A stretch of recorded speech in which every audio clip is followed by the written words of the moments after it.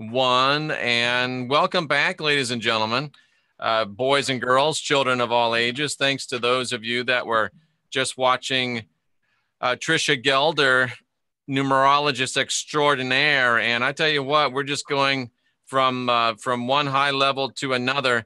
It's my pleasure to welcome to the program today Julie Poole. I first saw Julie on Heidi's channel. I was blown away by her abilities and the service that she offers to people. And Julie, please start by telling us who you are and give us a brief synopsis of what you do. And please start off with how people can contact you, because I know a lot of people are going to wish to. Okay, thank you, Jeff. Hi, everybody. Lovely to meet you all. So I'm Julie Poole. I've got a YouTube channel called Julie Poole. I've got a hypnotherapy website, which is www.juliepoolhypnotherapy.co.uk. I have a Facebook page, Julie Poole Hypnotherapy, and another Facebook page, which is Julie Poole Online, which is my energy work, because they're they kind of intertwine, but some people just want it separately. They just want an energy kind of support, scanning and readings. And my main work is my hypnotherapy. Excellent. So hypnotherapy, I think people have a general idea of what that is and probably a misconception. We'll talk about that. But please explain to people, Julie, if you would, what your energy work entails. Okay, so it's been going for a long time. So my energy work really is a combination of, let me see, I do readings, I do tarot, I do angel, I read your energy, your soul energy. I link with your soul source, higher self, divinity within. And I can also link in with and I do regularly link in with your cellular structure. So your body, your physicality. I kind of do a scan of your body. I'm a Reiki master as well. I don't work with Reiki as a healer, but when I'm doing a session with somebody, I just dive right into their energy with their permission. I'm doing a scan of everything. So their energy field, their auric field, their consciousness, subconsciousness. I'm looking at their emotions and psychology, the energy all through, and being able to pick up where it's misaligned, where it's out, where it's blocked. And how that's impacting on the health or the emotions or the psychology. So 10, 15 years ago, I had kind of three separate things going on. So I had my hypnotherapy and I had my readings and I had my classes, because I used to teach a lot of spiritual development, spiritual consciousness and law of attraction stuff.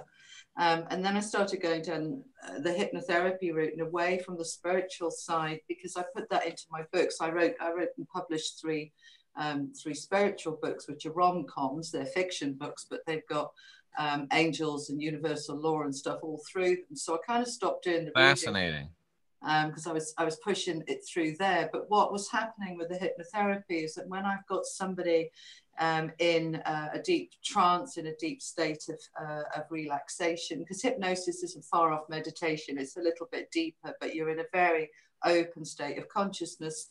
And I suppose because of my intuitive and psychic abilities and my healing abilities, when I combine all of that with my hypnotherapy, I'm able to just really see into somebody. So they may be coming to me because of anxiety they think is related to work, and I'm kind of tuning in with them as I'm taking them down into this quiet, safe place to look at their anxiety. I'm trying to find the causal event, which is the root, what's actually causing it. The anxiety is the symptom, what's actually causing it. And I will just be able to say to them, for example, tell me about when you were 14, because that's where I'm feeling the cause of this is. What was happening when you were 14?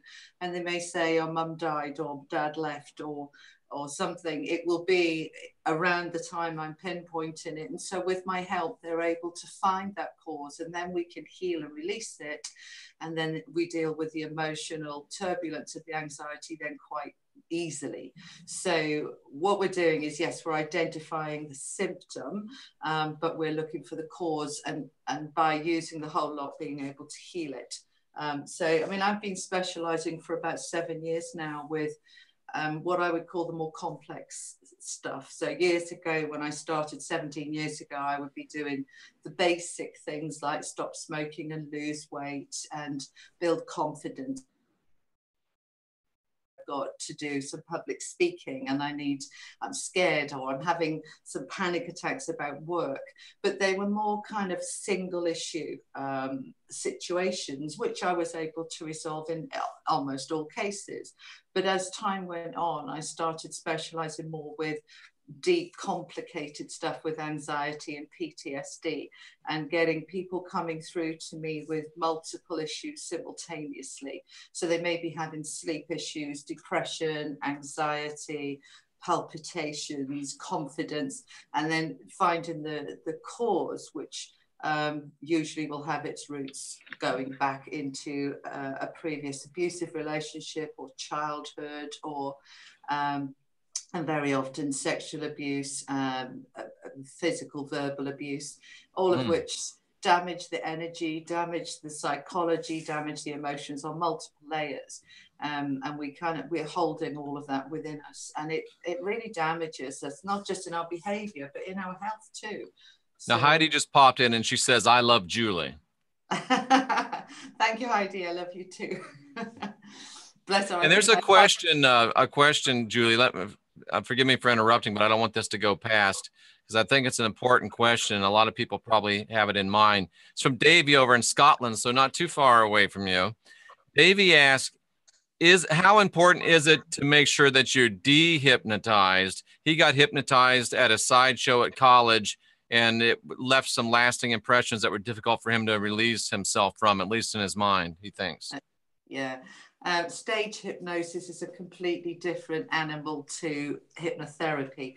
I've had quite a few of this with stage hypnosis, but also with past life regression, because a lot of psychics, mediums do past life regression, but they've got no actual training on it. And I've had people come to me, I've had to undo the damage of those kind of things. But with stage hypnosis, hypnotherapy by its very name is hypnotherapy. We're looking for permanent long-term change, whereas stage hypnosis is quite different. It's like saying a cat is a dog, because they're both animals. They're so different, they're just unbelievably different. So with stage hypnosis, yes, you can take hold of somebody's kind of conscious mind for about, let me remember, it's between 30 and 40 seconds. That's it. Okay. And then your conscious mind would snap you out of it and say, so say the stage hypnotist said to you, you're a chicken cluck and this is it's entertainment, and you're there clucking. Within 40 seconds, 45 max, your conscious mind would wake you up and say, the hell are you doing? You're not a chicken, stop it. And it would spoil the show, and it would mess it up if it was a television show. So you'll see them doing things like that for 10, 15 seconds, and then they kind of stop sleep. Then they'll get you to do something else, then it stops sleep. So it's all short-term things. Now, when we're doing hypnotherapy, we're looking for permanent change. Now, because of that, the conscious mind is the boss, okay? It's your boss. It's your control mind. It's the mind that is your intelligent, reasoning, logical mind, and wants to be in control. And so if we're going to make any permanent change, we need the cooperation of the boss, which is your conscious mind. Correct. So when we're doing hypnotherapy, we don't knock the conscious mind out, which is kind of what they do. A good stage hypnotist will knock the conscious mind out, take control of the subconscious, but it's temporary. And your inner self will basically, it should do, wake yourself up and knock it out and cancel it out. And if it doesn't cancel out, with Davy's case, it left it's probably, my feeling is it's left more about that he felt shaken up, that somebody grabbed hold of his consciousness for a while and completely took control. That can really freak us out. And the fear can do more harm than actually what the hypnotist is trying to do. So it's probably to do with that. But when we're doing hypnotherapy, we don't knock the conscious mind out. We are working with it. So you're consciously aware of what's going on, just the same as you are with a meditation, but the conscious mind is aware of me. It's not letting me take control. It's I'm guiding you to do it if you feel it's right to do it, if that makes sense. Okay. It does. At no point, and I say this to people, you know, there's a lot of misconceptions about hypnotherapy. You know, you think you're going to be unconscious. Well, straight away, that means your conscious mind has to be spark out unconscious. That's not true.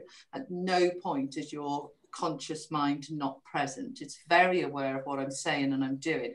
The phone rings, or the dog barks, or the door goes, you'll be very aware of it. At no point are you unconscious or spark out. The other thing that people think is that you're under my control. That's not true either. You're under my influence, but only with your agreement. So there is never a point where I say, you will do this. It will be, I'd like you to, I'd suggest to you, I'd invite you to, but only if it feels right for you. At any point can you go a completely different way. And people do. It's called resistance. So I'm saying go this way, and they're going, no, la, la, la, I'm going that way. And that's good, because that is showing them and reassuring them they're in control. I haven't Absolutely. got control. And that's what they need. And they are in control, and they should be. I'm not making these changes. You're making these changes. I'm facilitating. And that has to be the way it is for lasting change, doesn't it? Yes. Yeah. Yeah. So, you know, stage hypnosis is temporary. It's entertainment. It can be a little bit educational, but it's not really real. And a lot of the time they're fake anyway. There are some genuine ones, but they are. Most are fake. Now, Julie, I'm a trained Ericksonian hypnotist. How does that relate to what you do, and what are some of the similarities and differences? And please feel free to speak very frankly and openly. I don't have any real emotional ties to that.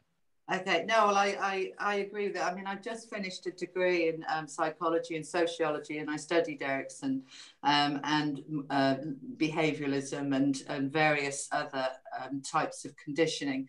And I guess that when I'm working with it, I'm using it all. And I say this actually in my video on my website, that I'm using hypnotherapy, but I'm also CBT, conditioning, behavioralism. We're using a whole host of different tools to get those changes in behavior. But I guess what I've got as well is that because of this insight that I have, this intuitive insight, I'm working very much, excuse me, individually with each client. And so it's kind of your soul is telling me what is right for you. And so it may be that what I need to do is completely go into a more visual type of thing, where we're going straight to the root, like I did with a gentleman the other day. As soon as I didn't even take him into a deep trance. I just took him into a relaxed state. And I said, I want you to imagine your 10-year-old self stood in front of you. What would you say to him? He found the session very, very powerful. Normally, I would count somebody down. I would go through all sorts of processes. I would, you know, I don't do scripts or anything like a lot of hypnotherapists do. I just am told kind of where to go in my own instincts and knowing. It's a knowing. That's where I've got to go with this person, and it's always right. So a lot of tools in your toolbox, and you figure out which one you want to use. Yeah. Yeah, and I don't even really figure it out. It happened from the very first one I did, when I was training back in 2001, the very first session, and I was already in meditation and spiritual circles and working very sort of intuitively. And my first client, I had written a script, and I was supposed to take them down these stairs, and then I was supposed to take them into a garden. And I had to describe this garden, and it was going to be very beautiful. And it was all there in my head, ready on my script, ready to go. And this was my training. So they weren't paying for this. I was learning, and I had to be observed doing this. And as soon as I started counting them downstairs, I didn't see a garden. I saw a woodland really clearly. And I kind of sort of hesitated and said, hang on, I'm supposed to have a garden. I'm supposed to take them to this lovely garden. And I just saw this big, thick woodland, which I don't like woods, and I don't find them particularly relaxing. And so I just thought, what do I do? And I thought, go with what you see. Say what you see. So I just said, and in front of you, it's a beautiful woodland, and we're going to go for a lovely walk. And I just thought, I have no idea what I'm doing. And they loved it, didn't they? Oh, they loved it. They absolutely loved it. And when they had to give me the feedback after the session, good and bad, because this is your training, this is how you're learning, she said to me, I didn't like the staircase because I was scared I was going to fall. I would have liked a handrail. So I'm like, handrail, add handrail, make sure they've got a handrail. That's excellent. That's excellent. And she said, but the best bit was the woods. And I just sort of went, really? And she said, yeah, whenever I'm stressed or wound up, there's some woodlands behind my house, and that's where I go walking, and it's my place of peace. And I just thought, wow, okay. And then it happened like that the next time and the next time. By about the fourth time, I stopped arguing. I just go with what I see. And sometimes, as I did with this guy the other day, didn't even count him down the stairs or go into any garden or woodland or beach or anything. It was straight into your heart center, into your light. There's your little self. We need a chat. And that's what we did. And he said to me, and he came through from Heidi's show, actually. He said he's had multiple different things he's tried over the years. And he said this session was just like, blew me away. So it's so interesting to listen to you say that, Julie, because, I've got the training in Ericksonian hypnosis. I'm also a certified master practitioner of NLP, neuro-linguistic programming. And it's so easy to get stuck in these scripts, and you got to do it this way. It's, A, B, C, D, E, and it can still work that way. These are effective modalities, but when you allow yourself to be intuitive and not, it's almost like not so much I'm the expert, you're the patient, but it becomes an interaction when you allow yourself to tune into the person and what's important to them and what's helpful to them and what's therapeutic to them. You've really taken it to a new level, and it's helping me learn and understand ways to be more effective in my work. So I thank you for that. And it seemed like you got that early in your training. Was it a bit of a journey, or was it really just that simple? You said, oh, I need to be more intuitive with this. Yeah, it was just automatic. When I was doing the hypnotherapy, it was very much, the training was, addictions, and it was all the sort of basic stuff of how to hypnotize somebody and get them to trust you. But I mean, I'd had 20 years more or less of working with vulnerable people anyway. So my background before I became a hypnotherapist at nearly 40 was that I worked with homelessness and supported housing in the UK, which is kind of projects for people who have maybe drug or alcohol issues, or young people who are homeless from care, and that sort of thing. So all of my background had been with vulnerable people. And so moving into then hypnotherapy and working, I was, sort of half counseling, half hypnotherapy.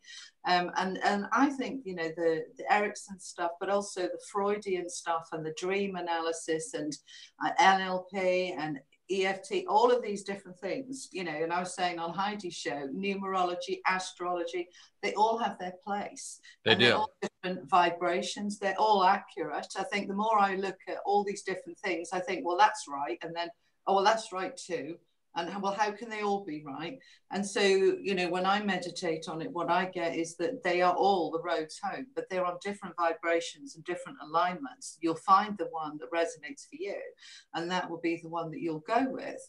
And as long as it gets you home, it doesn't matter. It's kind of like a car. Do you want a Ferrari? Do you want a bus? Do you want a truck? They're all going home. And as long as you've got gas in the tank, you're getting home, So find your vehicle. So my vehicle is hypnotherapy. But when I went to university in 2013, I'd been practicing for 12 years. And I wanted to know more. I was getting more and more complex, bipolar and schizophrenia. I was getting serious addictions and eating disorders. And I'd managed to... not huge amounts, maybe about 20 people with anorexia, but more so with a bulimia that I was able to turn around. And I thought, I need to know more about this. So I went to uni, and I'm not a psychologist, that takes 8 years, but I did the degree and found out a lot more about behavior, both collectively, societally, and individually. And it helped, the plan was to be more knowledgeable and be able to help more people. And that's what I've done. And over the last 5 years, I've been specialising more and more with PTSD and rape and sexual abuse. And the results have been staggering, the way that I've been putting these different modalities together. Nearly all my clients have been through, they've seen counsellors and psychotherapists and sex therapists and various different counsellors to help them. And, sometimes it's helped a little bit, sometimes it's not helped at all. But then they're working with me with these loads of different modalities, and it's working. So that's when I put it all into a book then, so that people that can't work with me can you tell us what the book is called? Yeah, it's called Moving Past the Past. That's going to be backwards, isn't it, on the screen? No, I have a mirroring feature on it, so. Okay, so yeah, it's Moving Past the Past. It's a guide for adult survivors of childhood sexual abuse. But this book will be relevant for anybody with any kind of sexual abuse at any age, because generally the damage is the same, whether you're abused as a child or whether you're abused in adulthood.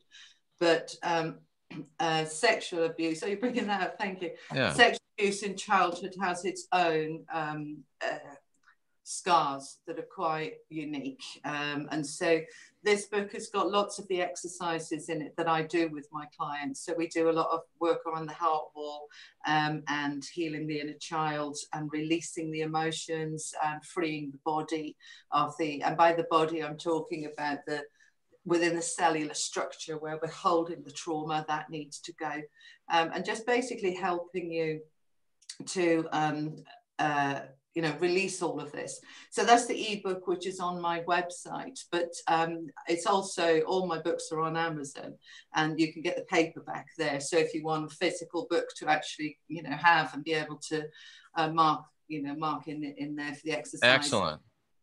So yeah, that's my first self-help book, having written my 3 rom-coms, fiction books. But I thought, no, this is I want more people to know about this, because it works. I haven't failed with a client yet. And what I've done recently with my YouTube channel is I've recorded quite a few free videos, just sort of 20 minutes, half an hour, taken from the book, talking about emotions, talking about abuse, talking about damage on the adult sexually from childhood abuse. And I've written some fact sheets which are on my website, which are free and they can download. So yeah, trying to do that as well. But all my clients, you do work with people virtually, like over Skype and yeah, modalities like this, right? People are asking in the chat room. Yeah, most of my clients are virtual. Okay. They are real, but it's virtually. So yeah, most of them are Skype. Some of them are FaceTime. And in the UK, some will be telephone, because there are some people that are still not comfortable with the computer and they can't get to me. I'm in England, I'm in Cornwall. A lot of my clients are in Scotland or London or Yorkshire, but north of England, they're in Ireland. But I've also got clients in America and India and Kuala Lumpur and Singapore. So sometimes it's interesting trying to work out sessions with the time zone, 7 hours ahead, and then other times in America 6 to 8 hours behind. But we figure it out. We work out our sessions, and yeah, it's usually they work quite well. You need a reasonable connection. But it's usually Skype and FaceTime, and it works a treat. Yeah. So what does a session with Julie Poole look like? It looks like generally what happens is sometimes people are not quite sure. They've got a lot of questions, a bit nervous. So if they're not sure, I do them quite happy to do a free consultation on Skype. So we'll have a chat 15, 20 minutes, see if they feel, yeah, I'm going to give this a go. If they want to give it a go, then they can pay me on PayPal. I charge £60 an hour. And a session can be between 1 and 2 hours. The average is probably an hour and a half. So that would be £90. Dollar-wise, it's American dollars. I think it's 133 to a dollar. So I think 60 pounds is about $90, something like that. So they pay for the first hour. And if we go over to an hour and a quarter or an hour and a half, they'll pay for the rest. And sometimes they'll go up to 2 hours, but mostly it's about an hour, hour and a quarter. But I'm not like a counsellor that does the 50-minute hour, because we could be in the middle of some deep-rooted, painful stuff coming up. And I'm not going to kind of say, oh, well, that's nice, lovely. Our time is up. Our time's up. We'll pick that up next week and get back to that child that wants to slash your wrists. No, we need to do that now. Now, someone's asking, Julie, do you work with illnesses? Yes, yeah.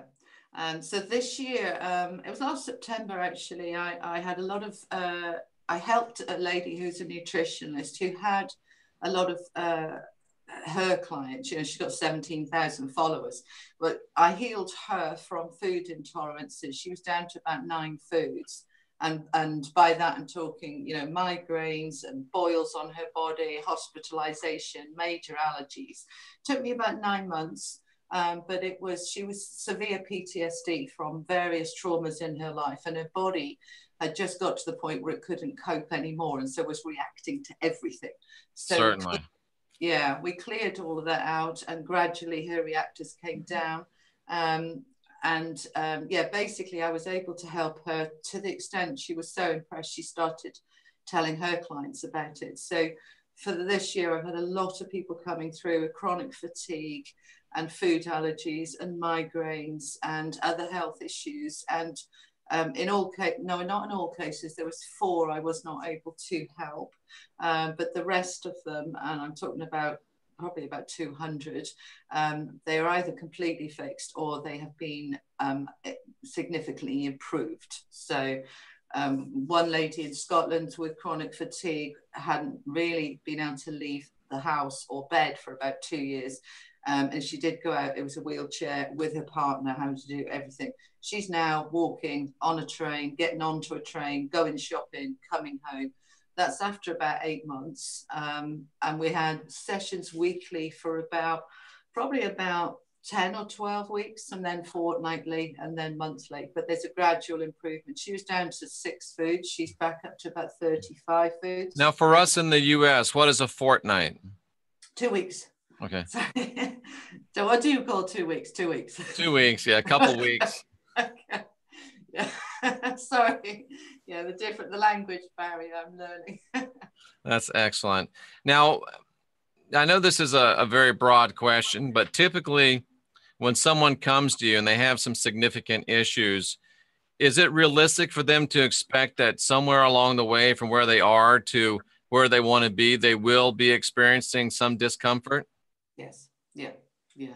And I do say this to people, you know, if it's the few that I've failed with, it's been things like they've expected me to fix them, you know, and I've actually had people say to me, well, I can't take responsibility for this. I don't do responsibility. You have to fix me. That's what I'm paying you for. And I say to people, now I facilitate you fixing yourself. I support you, I guide you, I facilitate it, but I don't fix you. And I'm opening up the door, and I was explaining this to Heidi on her show. You know, we have this trauma or these discomforts, resistances, all sorts of different issues locked inside us. They are toxic to us on multiple levels, to our energy, to our body, to our future, and they have to be released. And it can be quite, oh, bless, look. He just walked over here. Do you deal at all with animals?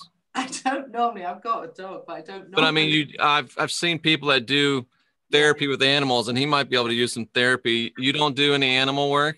I don't. I can quite happily to tune into him if he's not very well or he's not very happy. No, he's just about 6 o'clock. He gets his meaties, which is wet food, and we're getting on close to 6 o'clock, and he's like, "Hey, what's up? Where's the meeting?"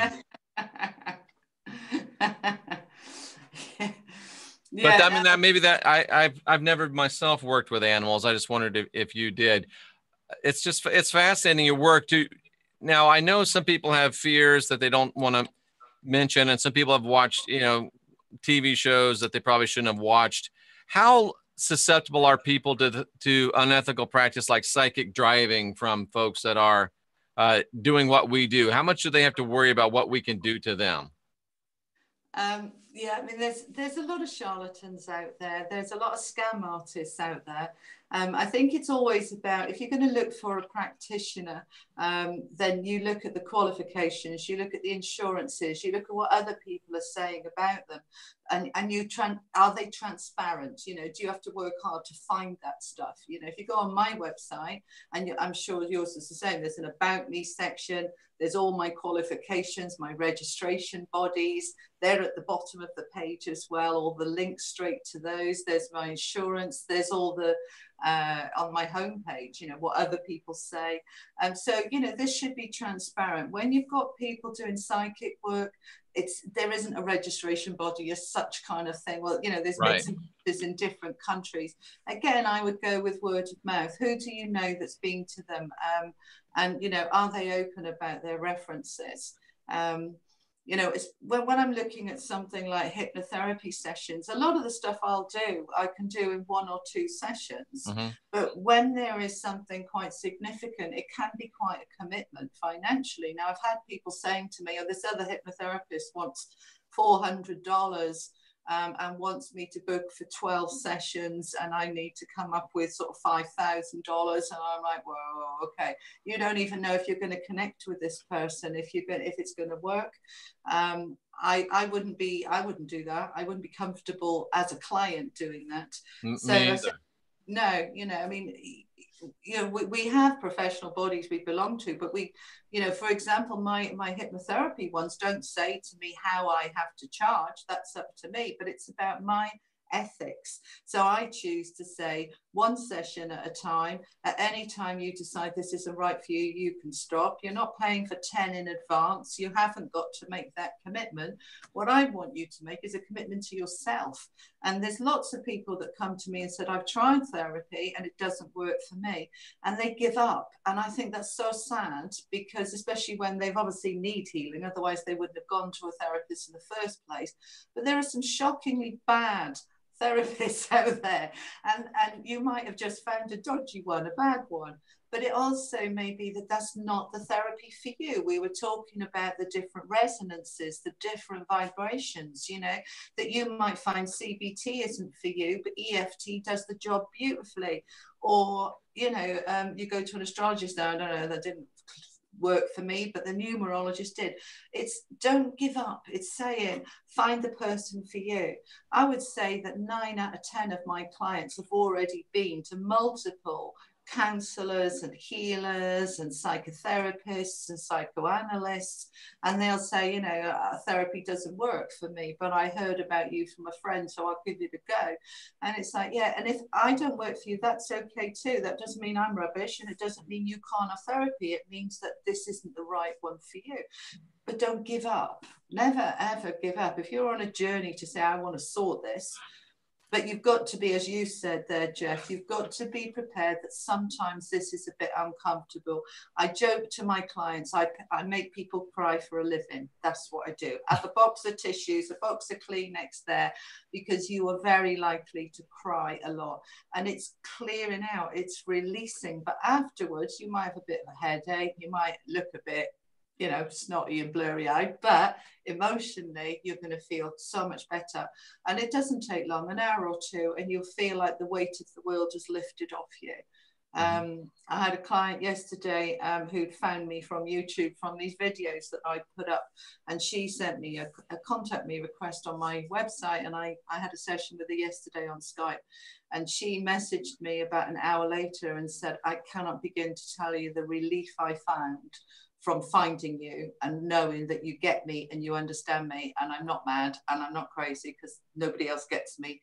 And, you know, and it is, when you find somebody like that, you know, it's liberating, and that's what we all deserve.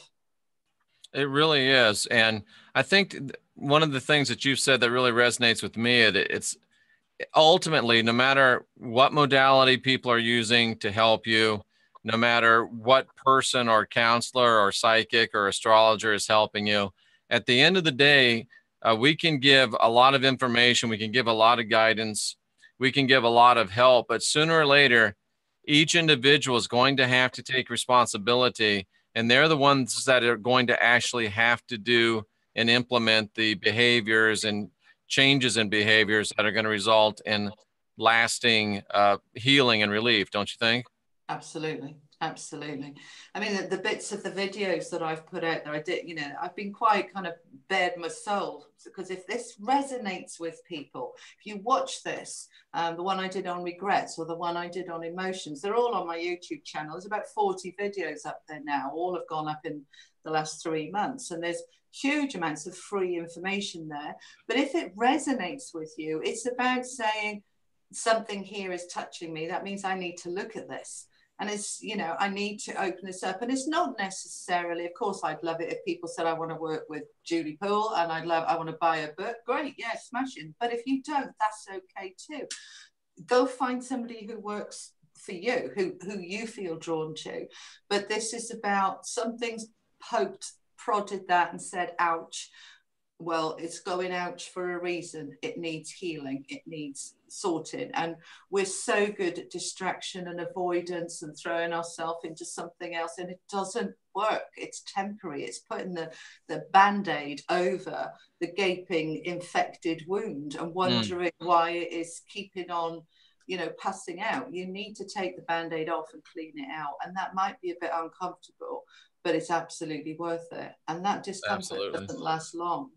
But it needs to be done. And it's not, you know, it's not painful like that for everybody, you know, but when you're talking about perhaps, you know, sexual abuse from 20 years ago that you've buried, you're talking about a major trauma of, say, a car accident where somebody was severely hurt or killed that you've put to one side. That's the sort of stuff that is painful, because we have to go back to it. We don't have to go back to the event, to the what happened to me, but we do have to go back to how I felt about the event, the emotions, and what beliefs were created out of that because of the emotions. So the emotions may be that I feel helpless, I feel powerless, I feel afraid. And then the beliefs will be, you know, I'm not strong enough, I'm useless, I'm a failure, I can't protect myself. Those are coming out of the event. So we don't need to go and look at the event and look at the detail of something really traumatic that happened, but we do need to look at what the feelings were. Julie, have you ever found anyone that apparently, whether it's true or not, that believes and feels like they have traumas from past lives that are interfering with them now? Yeah. It's more about, to be honest, I think, in my experience, everything that I've found has been in this life, has been created from this life. But where I'm agreeing with you is that it's a hangover very often from a previous life. So we're still resonating with the previous trauma. We're resonating on that vibration, and the law of attraction will align us with that vibration. So if the previous life we were a victim, we were, you know, in that victimology, we come into this lifetime on that vibration, we are very likely to be born into a situation with a dysfunctional family where we start repeating the same patterns. And so what we can do when we're clearing this out isn't just clearing it on this lifetime. We can realign you with your personal power, your personal strength, your integrity, so that we break that alignment, so that you're not going to keep repeating it in future lifetimes. But we also see it going through generations, you know, and we know, for example, that, you know, a lot of the addictions and depressions are running in the family, and psychologists and psychiatrists don't know at the moment whether it is biologically hereditary or conditioning hereditary. It's definitely hereditary, but are you a depressive because you saw your mum or your dad continually just go into a bad space every time life was hard and they didn't teach you resilience? This cat is being naughty. Go away. He wants his dinner. He does. My dog would be exactly the same if it was 5, 6 o'clock here, which is his tea time. He would just be sitting there doing the big eye thing, you know, feed me, feed me. Knock it off. Do you want to go feed him, Jack? No, he's fine. It's not even 6 o'clock yet. That's usually his time, but he's being very obstinate tonight for some reason. Crazy. Now, have you ever had a situation where, when working with people, working through some of their issues, that they believe that they've had stress or traumas from extraterrestrial type entities? Yes. Yeah, I do. And I do believe in ETs. I do believe in life on other planets. But, and I believe that those circumstances can be true, absolutely. But at the same time, they are very often coming from people who've had a dysfunctional, chaotic, painful childhood. And so, again, they're resonating on the victim mentality. And so, you know, the aliens come and they've taken them and they've hurt them and they've frightened them, because that's what's going on at home as well. They're resonating on that. And so sometimes it's true, I think. Sometimes it's a coping mechanism where we can't look at what's actually going on at home, so we can make something outside the home responsible for our pain. But it's usually both, you know. So how do you deal with people that are convinced that they're tormented by demons? again, sometimes it's a bit of both. You know, if we are resonating on that victimology and we are spiritually active and conscious, you know, some things are quite dangerous spiritually. All right. I'm not, you know, an advocate for fear, but, you know, there is a very beautiful positive energy out there. We align with a lot of fear and negativity. We're drawing that to us. And there are certain things that I think can be quite, I don't want to use the word dangerous, but they can get us in trouble, like Ouija boards and things like that. I don't agree with those. That's a personal choice. Why do we resonate so much with the fear and the worry and the doubt? Yeah, it's kind of, you know, we want to kind of say, oh, is there anybody there? But we don't really know what we're doing. You know, we're not grounded, we're not protected, we don't really know what we're doing. And I've seen this from the time I was a little girl, especially around the teenagers. You know, they're so fascinated with it all. And indeed I was. I can remember at that age, 12, 13, I was reading all of the Devil Rides Out stuff. I was fascinated with occult stuff, but I was equally fascinated with the Bible. I was reading the Bible from back to front at the same time as I was reading all these occult books. And then I was kind of just feeling it of what felt right for me and where was the truth, and, you know, where I aligned with. But some people, you know, they do dabble and they're very fear-based within themselves. And then, of course, they go into the fear. You know, I work very much with angels and I've written books about angels, and you'll see angels behind me here. But I don't believe in demons, but those are the kind of negative sides of the angels. They're the bad angels, you know. But I kind of just believe that all fear really is an absence of love, and darkness is an absence of light. But it's about what do you resonate with. If you've only known fear in your life, you're much more likely to jump on a lot of fear-based beliefs. And, you know, to try and tell somebody who genuinely believes in this that everything is what you believe it to be. And if you could just choose not to believe it, it wouldn't be there. They won't get it, and they'll just think you don't understand them. That makes perfect sense. That makes perfect sense. What would you say are some of the major roadblocks that get in the way of people getting themselves healthy? Victimology, which is identity. So, you know, I've been ill for 20 years and this is who I am. You know, you you identify yourself as the illness. There's also blocks. Can I say one thing on that, Julie, please?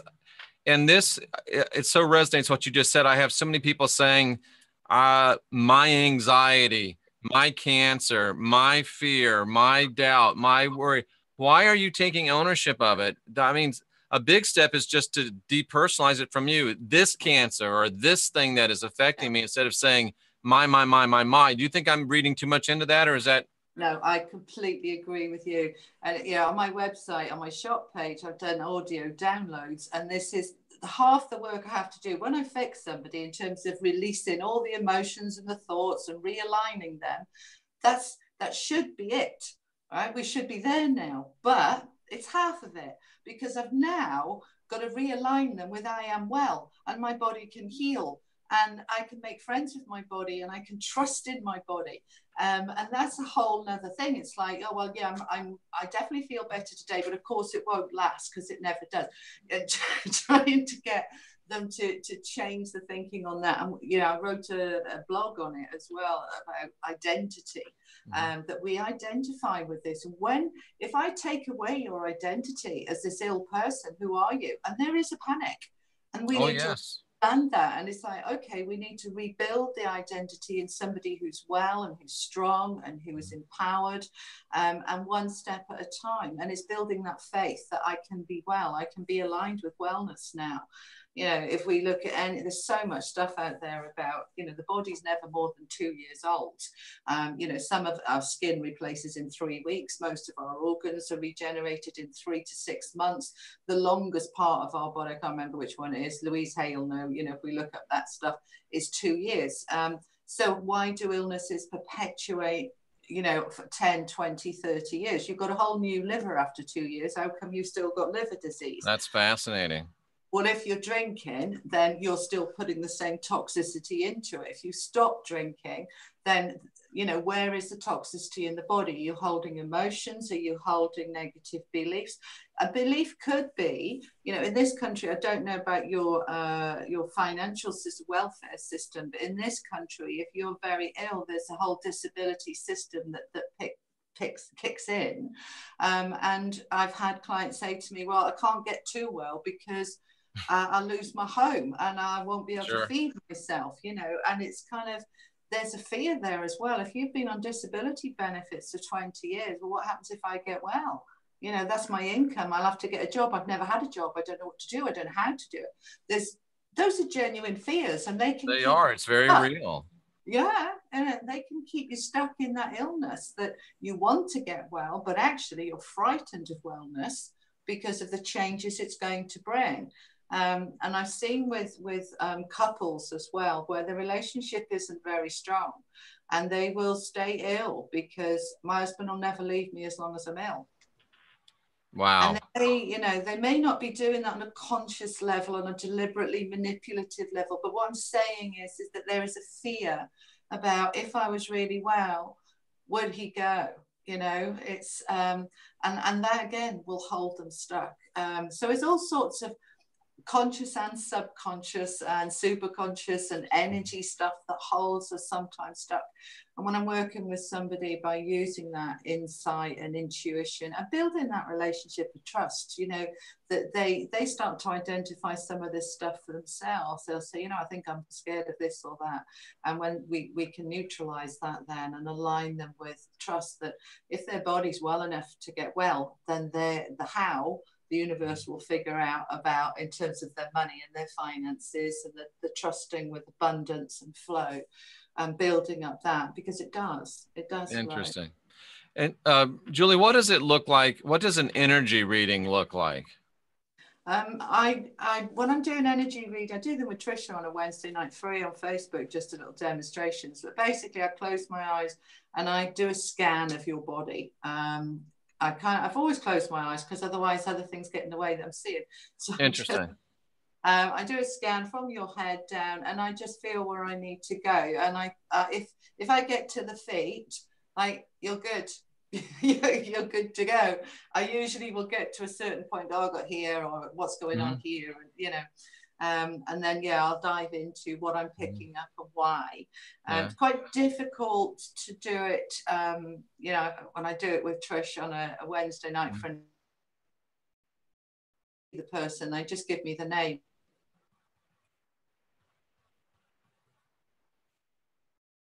We're just having a little bit of delay in our connection.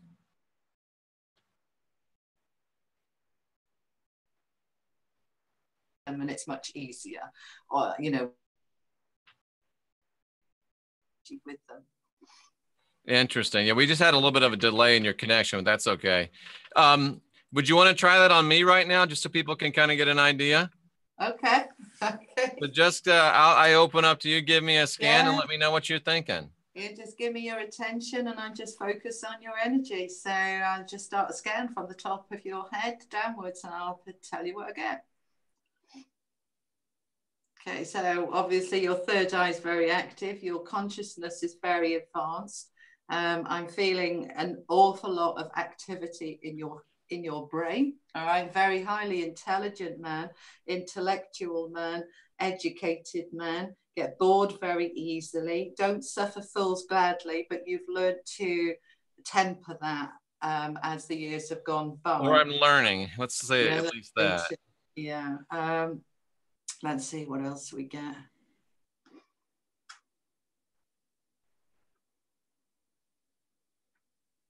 I've got your heart is interesting because I've got a mixed bag with the heart. So I've got a very big heart but I've got half of it shut down. So it's very big, but I've got only half of it open, and the other half is, well, I'll think about it and I'll let you know. So that's kind of... What would that mean, Julie? What would you say to me to help me with that? All right. So what that is, that's past hurts. We've all been hurt, you know, emotionally, romantically, you know, from family, from friends, whatever. And when the hurt has been very deep, we will often close down our heart as a protective mechanism while we heal. You know, and that's the right thing to do. When it's damaged and it's delicate, we close it down so it can, you know, it's very vulnerable, and we don't want it battered while it's vulnerable. But what happens is time is a great healer. We don't necessarily come back to it after time and say, right, I'm ready to open that up. You forget to open it back up. Yeah, we've kind of forgotten about it. So I feel that your heart has expanded throughout your lifetime. But half of it is I feel sort of in a bit of a cloak. So a little bit, I think you need to go back and have a look at it and say, why is this still closed down? Do I need it to be closed down? Because I don't think you're necessarily particularly aware of it. Let's see what else. I wasn't until then. Thank you. Okay. Sorry. Because I went through I was married for 16 years. I was a full-time minister. You don't know this. Married, full-time minister for 20 years, married for 16 years.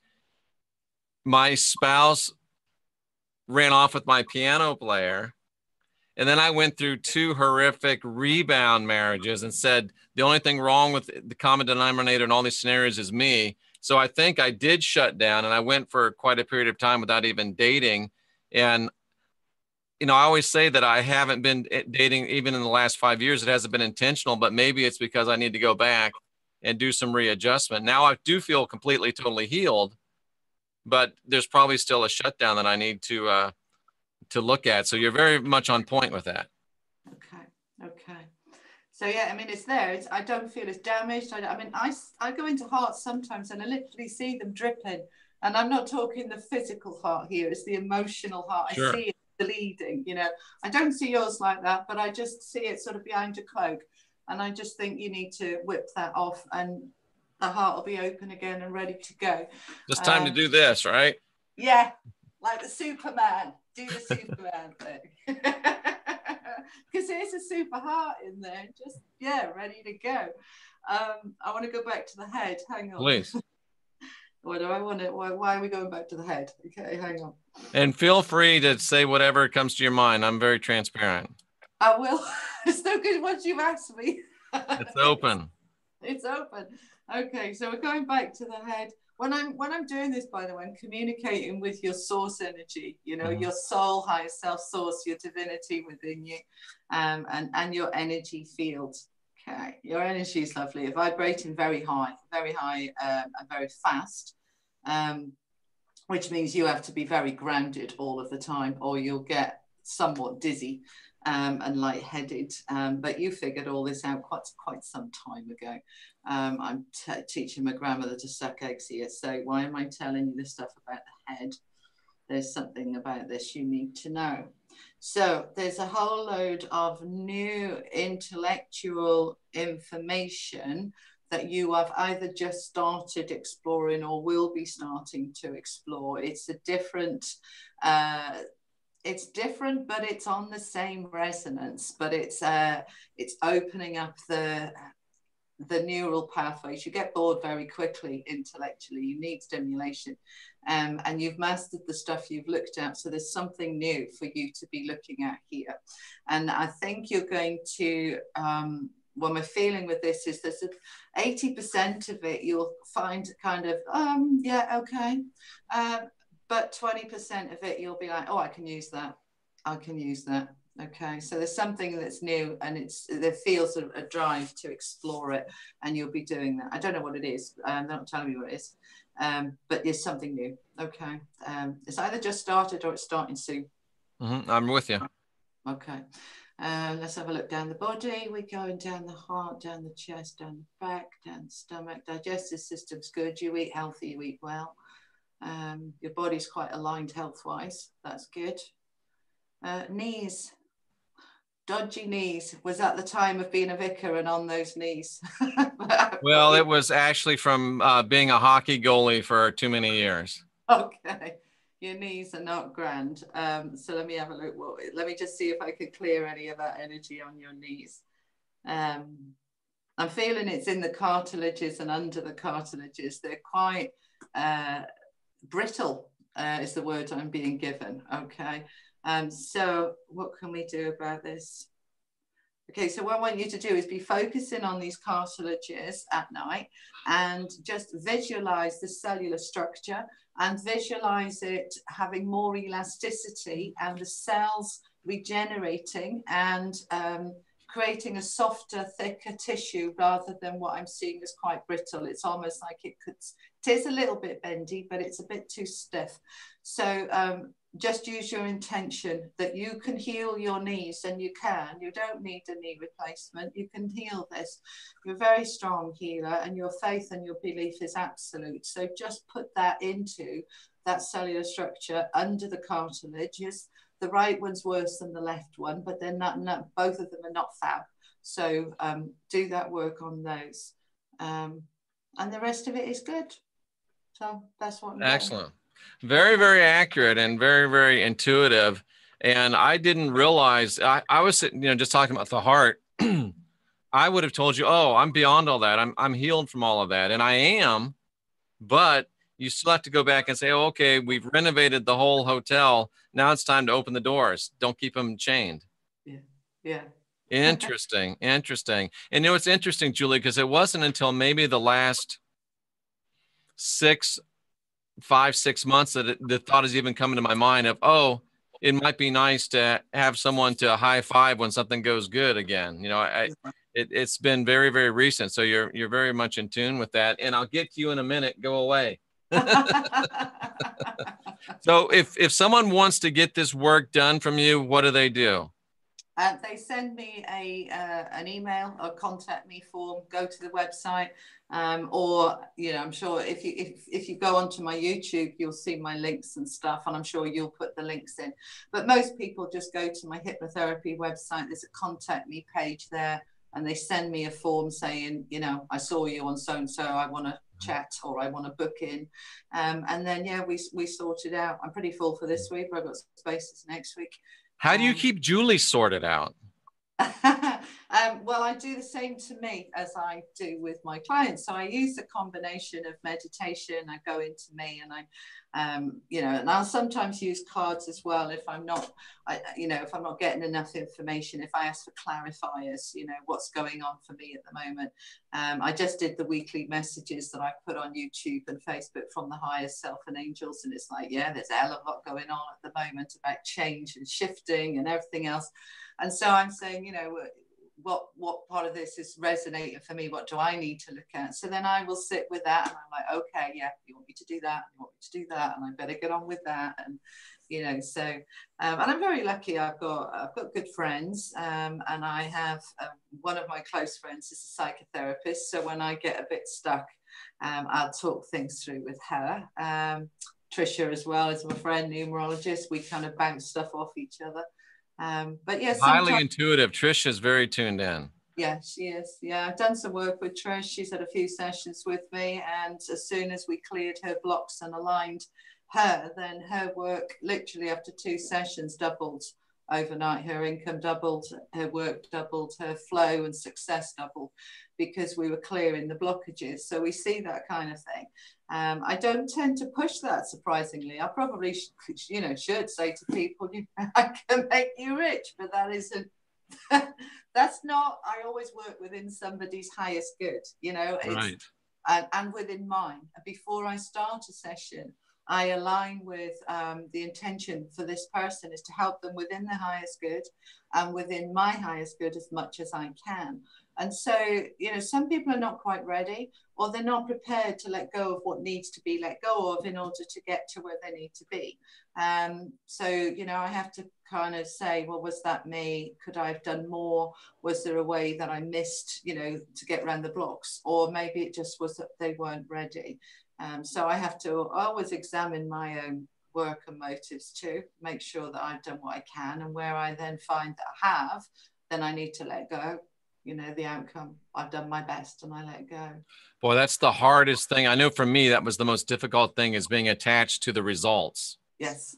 And Yeah. you really have to become it. It's very difficult to find that objective place, because we love people so much.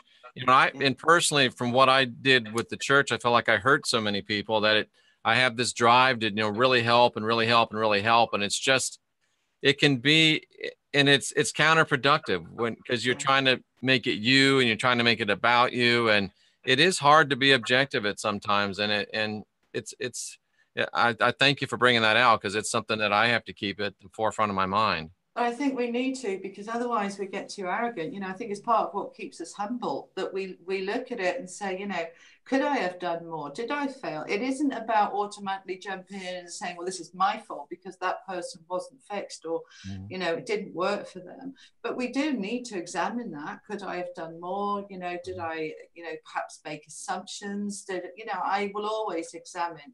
And, you know, we're human. We're not perfect. We don't get it right all the time. But we and, you know, on the other side of it, we have to be careful, because we can think, I fixed that person, I did that, and we can become little mini Hannibal Lecters. Yeah, yeah. I know I've only just recently started doing these live readings on Facebook free, and you know, I was kind of, oh, I need to be careful with this, because the comments were, oh, she's amazing, oh my God, you're so amazing, you're awesome, and I was like, oh, and they're the same way here. Lapping it up.